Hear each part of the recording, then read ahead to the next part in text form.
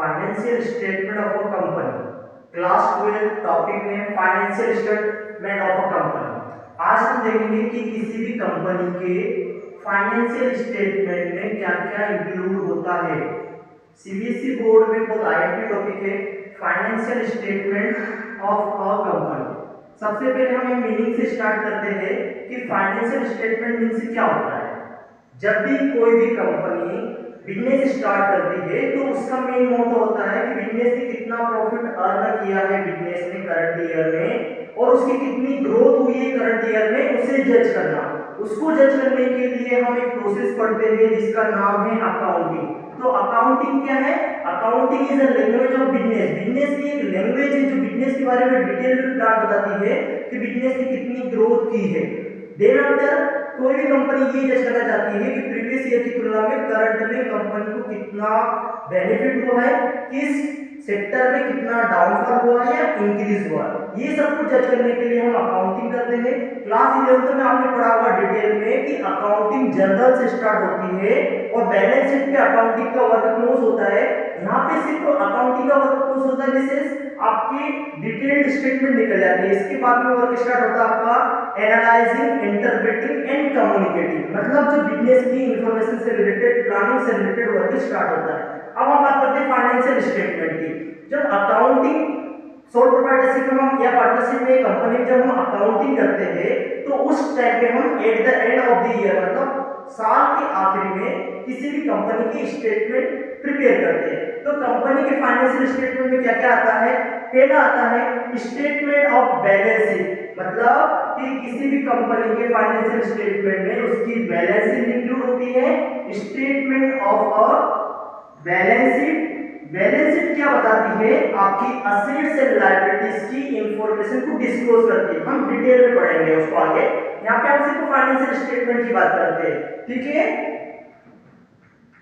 Then after आता है इसमें statement of profit and loss कि बिजनेस ने ड्यूरिंग अ ईयर कितना प्रॉफिट एंड लॉस हुआ है उसे जज करने के लिए हम प्रिपेयर करते हैं किसी कंपनी का statement of profit and loss, जिसे हम क्लास 11 में प्रॉफिट एंड लॉस अकाउंट और ट्रेडिंग अकाउंट सेपरेट से प्रिपेयर करते हैं। वो सोल प्रोप्राइटरशिप के केस में होता है। कंपनी के केस में एक डिटेल स्टेटमेंट बनता है जिसे बोलते हैं हम statement of profit and loss. इससे हमें नेट प्रॉफिट नेट लॉस की डिटेल इंफॉर्मेशन मिलती है, ठीक है। और इसके बाद बनता है यहाँ पे आपका cash flow statement.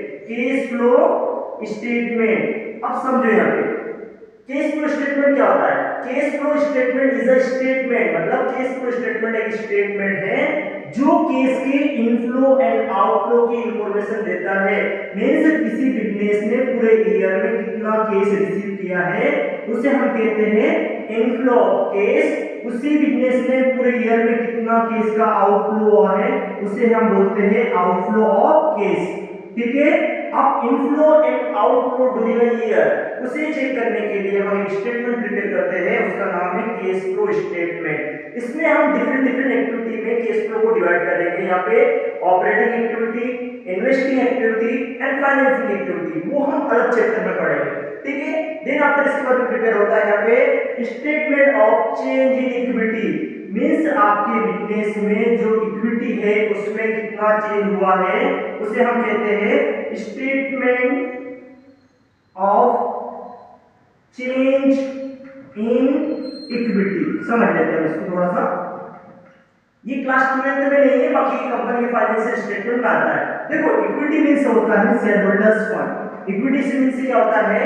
Share holders fund. मतलब किसी ओनर ने बिजनेस में कितना अमाउंट इन्वेस्ट किया है जिसे हम जनरल टर्म में बोलते हैं कैपिटल।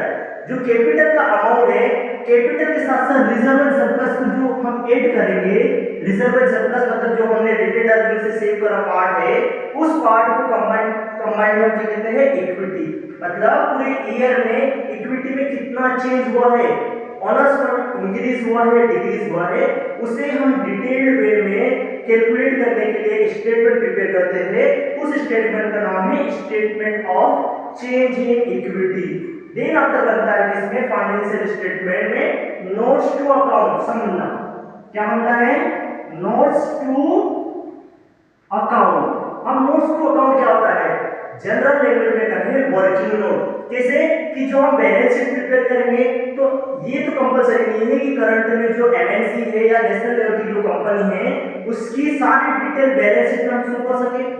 यदि हम सारी इंफॉर्मेशन बैलेंस शीट में नोट डाउन करेंगे एसेट और लायबिलिटी की, काफी ज्यादा असेट्स होती है, काफी ज्यादा लायबिलिटीज होती है, तो हम क्या करेंगे असेट्स और लायबिलिटी को अलग अलग पार्ट्स में क्लासिफाई करेंगे। जैसे हमने कहा नॉन करंट असेट है ना, नॉन करंट एसेट में आप डिवाइड कर देंगे प्रॉपर्टी प्लांट इक्विपमेंट, उसकी वैल्यू लिख देंगे हम डायरेक्ट। अब प्रॉपर्टी प्लांट इक्विपमेंट में कितने टाइप के असेट है, उस असेट को हम नीचे वर्किंग नोट में डिटेल करेंगे, उस असेट्स को नीचे वर्किंग नोट में नोट डाउन करेंगे, वो सारी वर्किंग नोट का अमाउंट प्लस करके हम लिख देंगे हम जो प्रॉपर्टी प्लांट इक्विपमेंट में उसमें पुट कर देंगे। मतलब बैलेंस शीट से related working note, profit and loss account से related working note, statement of change in related से वर्किंग नोट, उसे हम बोलते हैं नोट्स टू अकाउंट। तो नोट्स टू अकाउंट किसका पार्ट रहता है, फाइनेंशियल स्टेटमेंट का पार्ट होता है, जो इनका एक्सप्लेनेटरी नोट्स होता है। मतलब ये जो हम स्टेटमेंट पढ़ेंगे इसको एक्सप्लेन करना है ना, इन डीप एक्सप्लेन करना वो होता है बेटा नोट्स टू अकाउंट। ठीक है,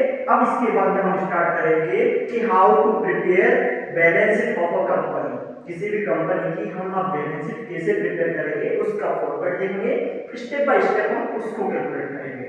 ठीक है, अभी तक हमने क्या पढ़ा कि financial statement of a company, financial statement क्या होता है, financial statement is a statement which are prepared at the end of the year. वो स्टेटमेंट जो company at the end of the year में प्रिपेयर करती है उसे हम बोलते हैं फाइनेंशियल स्टेटमेंट।